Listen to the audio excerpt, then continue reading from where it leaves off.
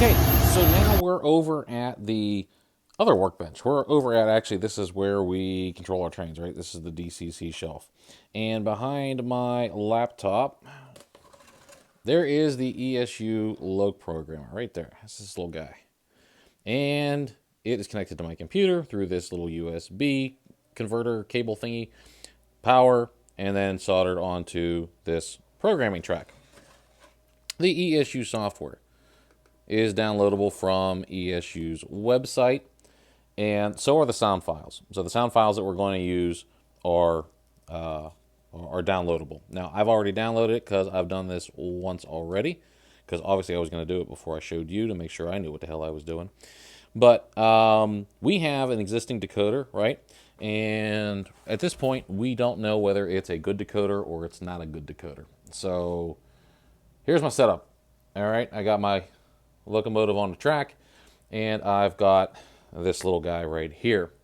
So what I want to do is I want to do a I want to find my mouse. There we go. I want to perform this first option here, which says perform a complete decoder update. So from time to time, they do issue new firmware, and not only for their software, but also for their decoders. So let's go ahead and do that first. So it's going to, actually, I don't know what the hell it's doing. That's not what we want to do. Let's go into decoder information first. So let's read the decoder information. That'll tell us whether or not we did anything right. Okay, so once the lights come on, we know that the computer is reading the decoder. So that's a great start. So at least we know that the decoder is talking to the motor. Okay, so it pulls up that it is a ESU LokSound Solutions. There's a bunch of other stuff there. LokSound 5 model. All right, that's all accurate. So good, we got a good read on that. At this point, we can go in and we can write CVs. We're not going to do that. We're going to go in here and actually we're going to import a decoder project. And all right, so if I was a good YouTuber would have written down the instructions on how he did this the first time, but I did not, and so you're gonna fumble through this with me again as we go through here. But let's just go right into here. So I believe we're going to import a decoder project. Let's see if that's the right thing to do. No, because it's looking for the wrong. It tells you right here what it's looking for: LokSound or LokPilot V3. That's not what we have. We have a V5. So you have to go. Let's see here. Oh, I was looking for this earlier. This is the update decoder firmware. So do that first. And once again, the lights come on the locomotive. I know you can't see that, but lights are on. And it'll update. A couple of things. One, you have to be connected to the internet. So it doesn't matter whether you're wireless or whether you're hard connected. Whatever it is, you need to be connected to the internet. So step one. Okay. The next thing is be patient. Don't interrupt the process. Don't touch the locomotive. Leave it on the tracks. You don't want it to write funky. Don't touch the computer. I found it's better to not have other things open when this is happening. Just leave it alone. I'm sure you can go to other windows. You want to watch one of my videos on YouTube while you're waiting for this thing to update. I'm sure you can do it. I personally don't want to accidentally click something. I don't want to lose sight of the screen, whatnot. Just this is what I want to stay on. Okay, so we went and we updated, and now we want to go to, I think it's a new project. That's the one we want. Okay, so what I did is I went on to the internet and I went to ESU's website. They have an entire freaking website of sound files. And you just go to the ESU website. I'm going to put it in the description down below so you can find it. But you go to their website, you find the locomotive you want. And in this case, for like GEVO, there's, I don't know, I think there's, I want to say there's like 4 or 5 different sound projects. So depending on the sound project that you want for your locomotive, depending on the version of the locomotive you have, you download the one that you want. And so in this case, it tells you what it is. And we're going to go ahead and open it. All right, we're going to import the project, loading the user interface. The user interface is cool because this tells you where all the things are, like what's going to happen when we're in the consist, when we're using it. It gives you all the functions. It's all a checkbox, right? And the last locomotive we did was 3622, and I forgot to look to see what the hell number this one is. So I have no idea what this is. So I'm gonna put you on pause. I'm gonna go find my box, find out what the cab number is on this. And okay, so it's 3646. So if we come into here and we just make that a 46, that's what we're gonna call our locomotive, and we are going to use the long address here. Now you can enable consist addresses if you're doing consist addresses. We're not going to do that because I'm not using that function.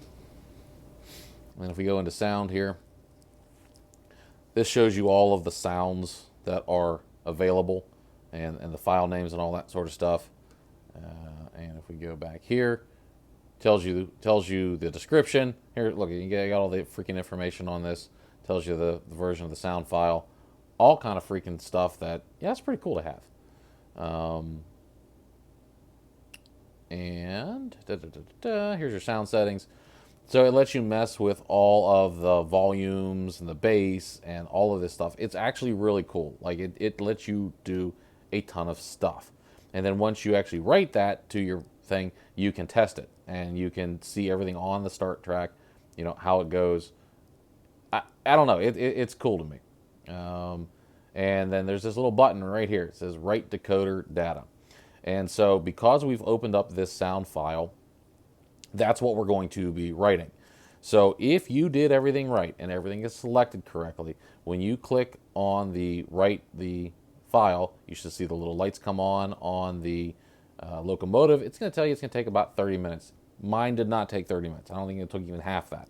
But let's see if we did it right. Okay, so write decoder data. You're either going to do main track programming. I don't know. I mean, I very rarely do main track programming. I always have it on a program track.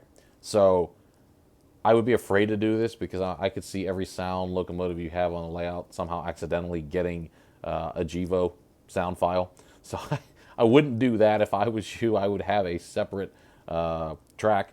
But hey, you know what? If you like to live dangerously and you want to do it on the main programming or the main track, by all means, go ahead and hook your LokSound programmer up to the main line and enjoy 40 GEVO sounding locomotives. But hey, do whatever. So we're gonna overwrite the defaults with the current values. That's what we're gonna do here. And we're gonna do that as soon as I find out where the heck my mouse went. There it goes. Got caught up in the lights. All right, and we're gonna go ahead and go. Okay, so you see that the lights came on the locomotive, and okay, the current project will be converted to LokSound 5 micro DCC. That can be written on the decoder. So yes, we want to do that because right now it's not in a format that this locomotive will accept. So it's going to convert the project, which I thought I did already, but apparently I didn't. And then we're going to go into writing the decoder data, which it appears that it has done already. So last time it took a little bit of time. This one seemed to go really, really fast, which makes me kind of nervous because I'm curious to see if it worked. Okay, so when you go into the decoder test, this is, first thing you want to do is you want to click go. And you see that the lights are on. So let's see, we've got lights. Do we have a bell? Okay, I don't hear a bell. And I don't hear a horn. All right, let's stop the test. You know why? I don't know. I don't know that we actually programmed the, let's do this. Let's see if we have a sound issue or if we have a motor issue.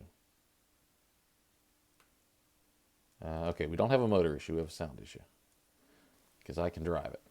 Oh, you know what? I don't think I wrote the sound data. Actually, I'm pretty sure I did do that.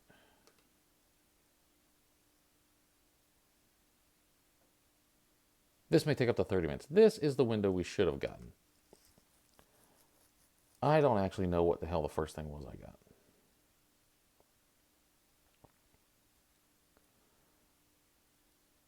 This looks better. This is the window that I should have seen the first time. And I know you can't. There we go. Now we're writing the sound memory. All right. So y'all are sitting there going, holy shit, what in the hell did he click on? Honestly, I don't know what I clicked on. I just clicked on some stuff and then it worked. So what I'm going to do is right here, right now, while you're watching this little sound data bar as it's loading go across the screen, I'm going to put the actual instructions of what you're supposed to do so that it's a little easier for you. Now, so, okay, one more cool thing before we let this process finish writing. When you download an ESU sound file, now you can do your own project and you can set your own settings. You can tweak your own settings. I'm going to show you all that here in a second. But when you download their sound program, their sound file, it's not just the sounds that download. They have included all of the CV data. So your motor is going to respond to your sounds. If you have a startup sequence, it's going to hold your motor until that startup sequence is complete. It's everything. When you pre-purchase a sound equipped locomotive and all of those cool features and all of the ditch lights and all of that stuff are in there, and that's all programmed, that comes with the ESU project file. So unless there is something that you don't like about that file, which for the life of me I can't think of what it would be, but some of you do things different, you're going to get all of that functionality when you download your decoder information. So it's a pretty cool little gig that you get everything right out the rip. And, it to me, this process, if you remember what the hell to click to install the file, if you download their program, their sound project, it's beautiful. It's all there for you. So let's talk about the ESU LokSound programmer for just a second. First of all, it's idiot proof on installation. There's two places for the wires to go. They get soldered to your program track. The cord that goes to the computer with the USB end can only plug in one way. So you can't really screw it up. They give you the power adapter. So that's nice. This thing is going to run you somewhere around the neighborhood of $150. Okay, so once you have it, though, you have it. You have access. I mean, you can get to their sound files anytime you want. You can download the LokProgrammer software anytime you want. But without their LokProgrammer, the actual programmer, the sound files and the software doesn't do you any good. So you need to buy that. So that's why that's out there for free. You need to update it when you first get it. Like, so my version needs a firmware updated, whatnot. It tells you that as soon as you log in. It tells you, hey, I need to update. And, you just update it, and it takes a couple seconds like every other computer program. And then you're ready to go. Now, I did just a quick Googling to find out, if this thing is still going for around $150. And it's ranging somewhere from around 140 to somebody was selling it on eBay for like 160 or 165. So be careful of folks like that. They're trying to make an extra $15 off you. You're not getting anything more. There's not like versions of it. There is a LokProgrammer, so it should be around 140, 150 bucks. Now, I got mine at a train show, and I think I paid 130 for mine. Somebody had it. They were a hobby shop. I think they were either closing or they were relocating. Whatever they were doing, they were getting rid of stuff. And so when I saw it there for 130 bucks, I bought it at the Altoona show, and I've had it sitting in the box literally since August or September when I went. And so here it is January, and I finally broke it out to load it up. It's actually really easy, and the software is actually really easy to use. I know that little fumble fumbling around we did there made it like, what the hell are you actually doing?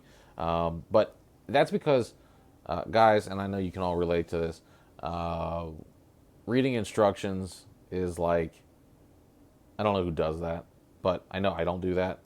And so I didn't read the instructions. I just sort of clicked on stuff until it worked. And yeah, oh, here we are. Get it right. Okay, so when it's done, it does this. It just signs out, says, hey, I'm done. So let's turn everything off here. Let's go into go. Okay, I did see that the headlights came on. So right here, oh, helps if I show you. Huh? All right, you can see that there's two lights on. Those are the number running lights. If you hit that, that will turn on the headlight. So I know that that works. F6 is going to be the ditch lights. Okay, my ditch lights came on up on the front there, so that's a good sign. Okay, I do not hear a bell. That's a problem. Okay, I'm getting the alternating flash from our ditch lights, but I'm not getting any sound. Let me see if I'm still getting motion. I'm getting motion. You know what? I wonder if... Okay, I'm doing the startup. I'm not getting any sound there. Okay, so we have an issue.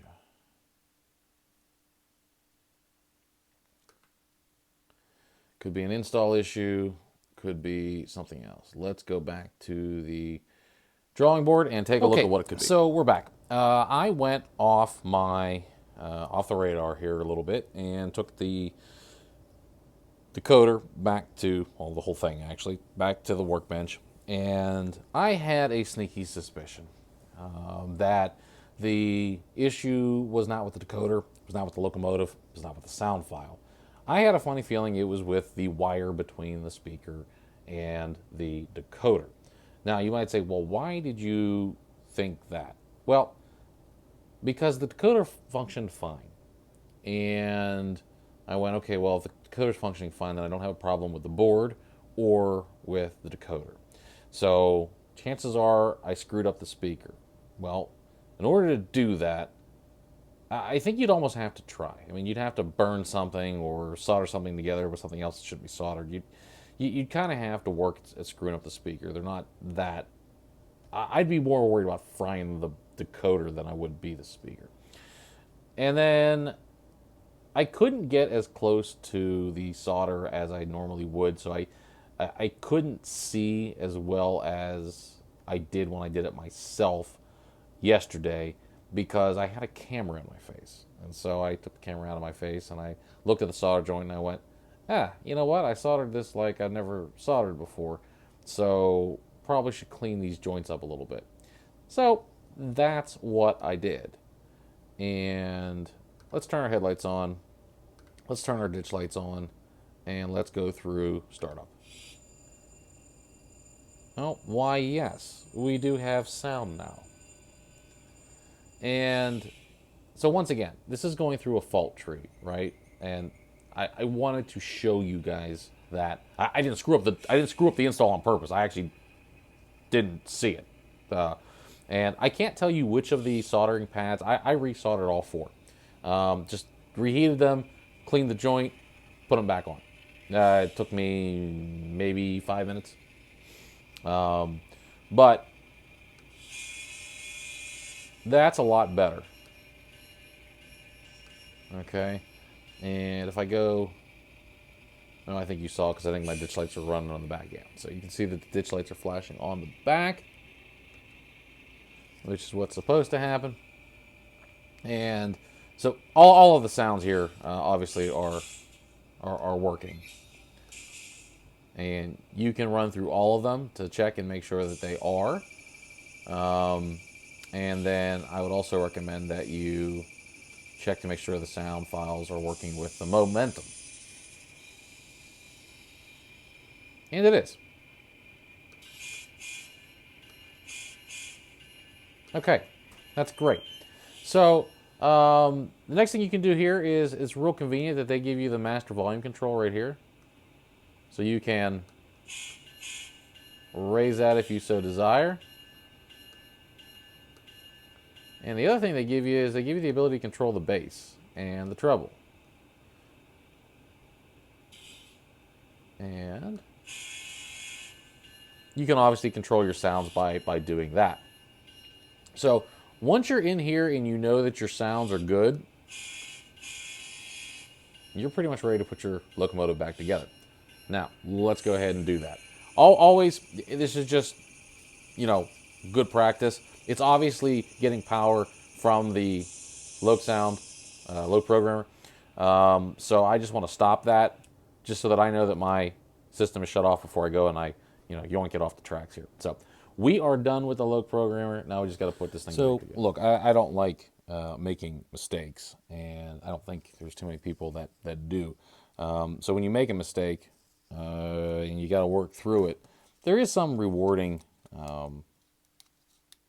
properties of having a problem and solving that problem. And I don't mind sharing that with you guys because it's important that you see, okay, well,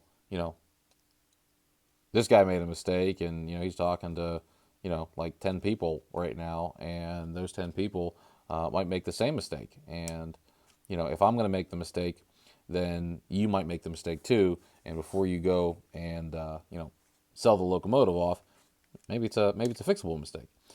So here's an optional thing. This Next 18 connection pin is actually really good. Like it connects. It holds it pretty tight. If you have some Captain tape or some even some clear tape, in my case I'm going to use electrical tape, and you want to run a little piece of it around the decoder, just kind of hold it in place, help it out a little bit. It won't stop the decoder from getting yoinked out of there if you decide to, ram the shell on there or something. And but it might just give it a little bit of extra protection. And so I'm just going to take a little piece of tape and run it right under here. It's just regular standard electrical tape you can buy at Home Depot or your favorite hardware store. And I'm just going to sort of band this here a little bit. Now, when your locomotive is rolling around the layout, you're probably not going to have an issue with this thing coming loose on its own because it's, like I said, the connection is pretty tight. But you know what? It takes 2 seconds to put a little bit of tape on there, and just do it. So, all right, we're gonna put this back in here. When you're putting the shell back together, that board, like I said, is a little bit wider, and you're gonna feel some resistance when you go to put this back on. So, what I recommend doing is very carefully sliding this on here, and before you put any screws back in, check. Go over to your LokProgrammer and make sure that you didn't knock the decoder loose. Because if it was working, and I can see this is going to have resistance already. If it was working, now all of a sudden it's not working. What happened was this pin got disconnected, and with that being the case, you just need to take the shell back off and you need to reset it. I think the first time I did it, I probably set the decoder on there, I don't know, 4 times before I stopped pulling the pin out. And you notice I widened the shell just a little bit because it's just a little. The amount that it is too tight is just a little fraction of a fraction of a fraction of an inch. And if you can just get that sort of very carefully, they got so much freaking detail on here. It's like you don't want to knock anything off. Oh yeah, I mean I knocked that thing clear out of there. Like you can see it's not in there anymore. So took it over to the LokProgrammer, and the LokProgrammer was like, "Yeah, how about if you put a decoder on this track?" And I went, "I did." And I was like, "No, you didn't." And I went, "Well, I know what happened." So you just pop that back in there. You do that a couple of times. I don't think it's going to be an issue, but you repeatedly, rip your frickin' decoder out of that mounting, you could probably damage something. So we don't want to do this too many times. There is actually a piece of plastic in there. I can see it, and I don't know what it's for.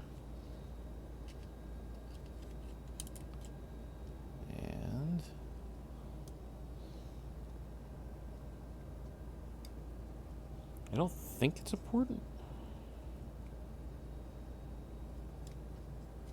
Let's find out.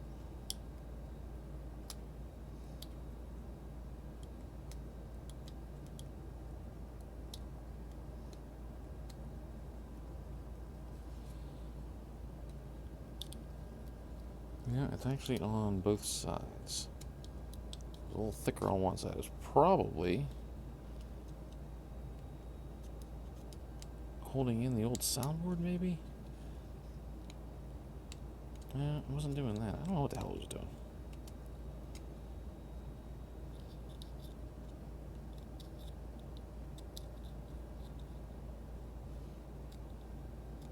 It is pretty large and in charge, and it's right. You know, I bet it was in here to actually hold that board in place, which seems silly to me.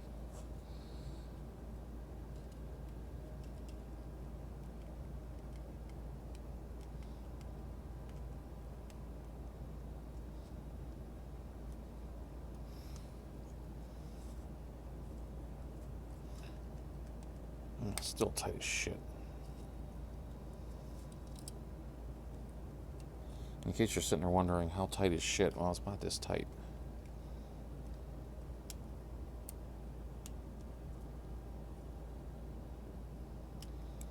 Yeah, tight as shit and being tight as prom night are two different things, but yeah, see, it's getting right to this point, and then it wants to pop. All right, so there's something in there. There's something in here that it does not like. I don't know what this is. I don't know what it is because I don't actually see anything in there.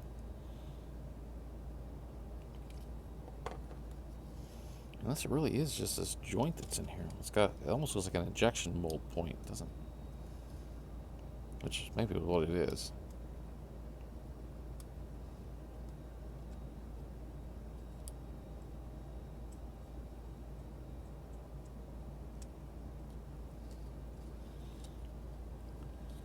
Let's see here.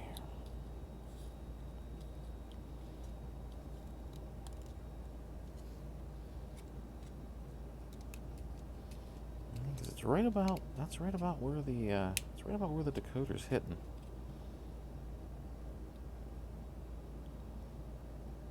I'll be honest with you, I don't know if that was flashing in there or what. Well, that's pretty smooth in there now. Alright, well, let's see what that did.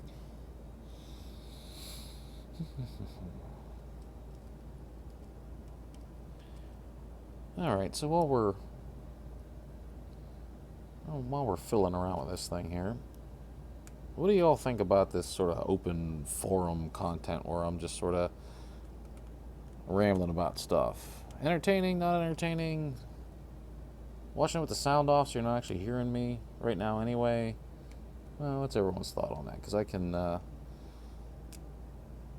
leave more content in rather than editing it out if this is entertaining you, or I can go back to the more refined content creator, which is funny because, you know, I don't know what the hell is in there, but it's definitely knocking this pin out. And it's definitely catching on the board. So it's not like it's catching this tape or something. It is grabbing that board and just ripping it right the hell off there. What is this? Oh, that was on attention. I don't know what that is. It's not totally smooth in there, but it's not like, there's nothing like jutting out that would make me think, oh yeah, it's clearly getting caught on that.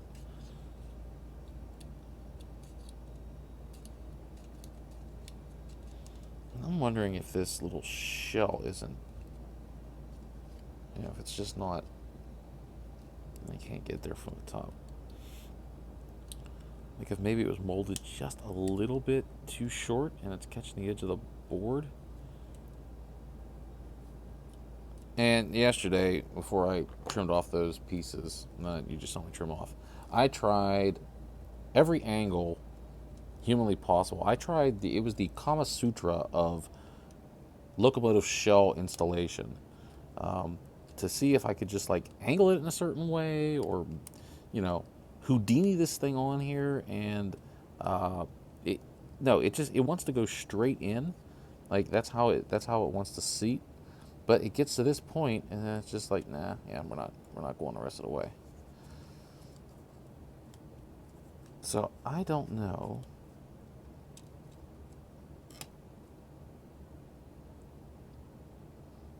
I don't know why it does what it does.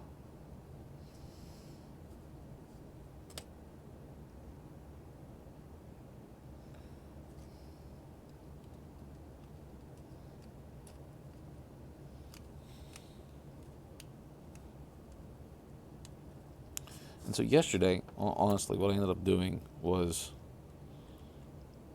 like grabbing this shell and separating it, and then just sort of shoving it in there.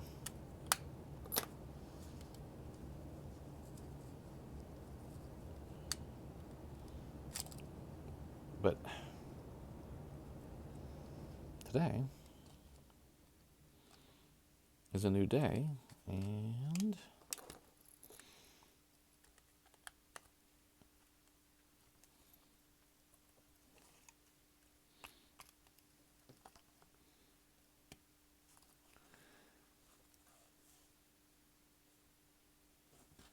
so do you see now why when I say, yeah, I just buy my locomotives with the sound already installed? Do you see why it is that I do that? Because for the extra couple of bucks that you might pay, as opposed to doing it yourself, I would much rather not be doing this right now. All right. I probably knocked it off, but let's go. Okay, so it took 2 more tries, but finally got there, and it's on, tested, works. No secret on how to do that. Basically, I just took these 2 little screwdrivers, pried the shell open enough to slide it down over. Once it was over there, I let it snap back on and called it good. Probably a little more aggressive than it needed to be, but it wasn't cooperating. And you know what? I have some other things I'd like to do today. So that's what happened there. Now it's time to reassemble everything. We're going to work backwards because I'm using my fuel tank as the storage for all the small little parts and pieces. And I don't want any little parts and pieces to go flying off into the abyss, which is somewhere on the basement floor. So we're going to install all those parts and pieces, and then we're going to go back and put the fuel tank on.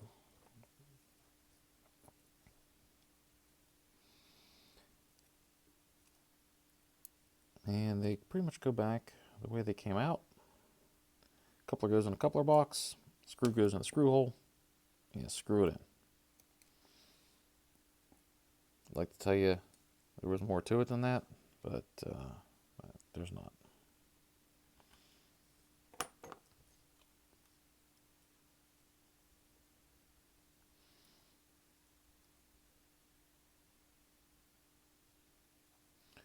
Okay, so you put your couplers in, you gotta make sure you're gonna get the screw nice and tight. So what I do is I tighten it until it's almost too tight to move, and then I back it off just like a quarter turn.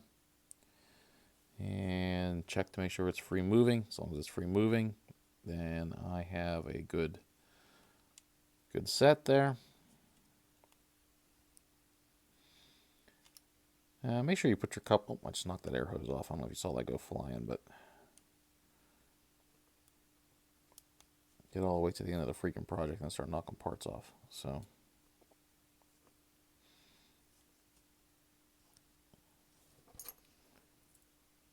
right, now we're gonna go ahead and we're gonna put this over here because there's a little tiny grab bar right next to it that I also noticed I knocked off.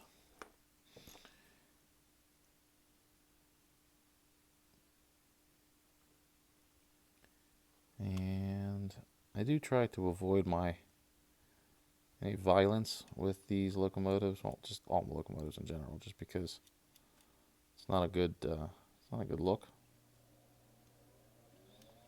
And parts end up going flying. But for some reason, they did not want that piece to go on. When you put the fuel tank back on, you'll notice there's a little like jut out there, and that little jut out lines up with that little jut out.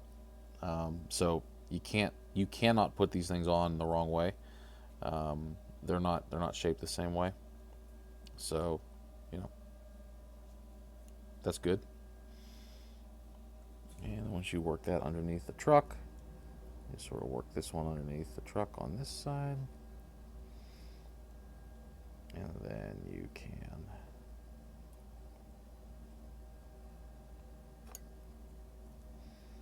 try not to knock any more little details off.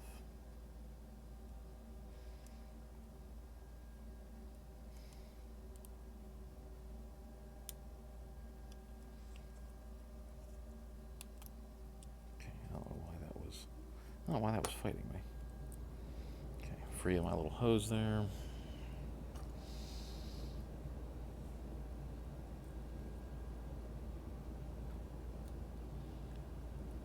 And then we're going to be very gentle with these screws because we already lost one and found it.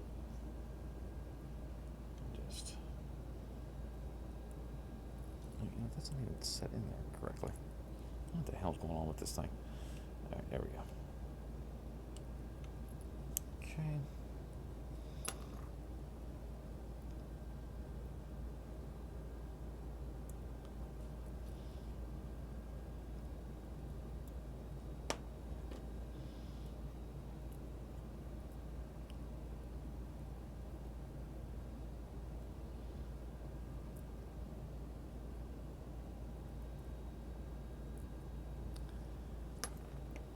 This little screw, this is the same one that went jumping last time, is determined not to go back into this locomotive. I do not know what is the problem here, but it's going back in. I am not going to be defeated by a small screw.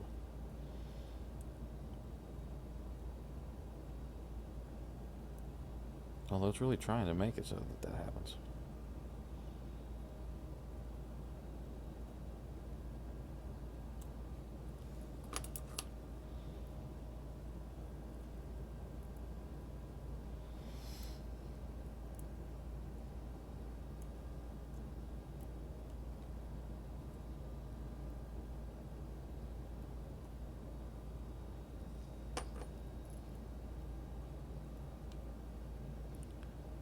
And ended up winning in the end. There we go. Okay. Alright, so now I gotta figure out which of the little tiny... Oh, you know what? That's not set right there. There we go. Oh, there we go. And I guarantee you that little slide down probably just knocked that freaking decoder out of there. Alright, that was the grab bar I thought I knocked off. But it's still on, so it wasn't that one. So what the hell one did I knock off? Well, I don't know. I'll have to go look at the other one. Alright, let's take this over to the track, and let's see how she looks. And sounds.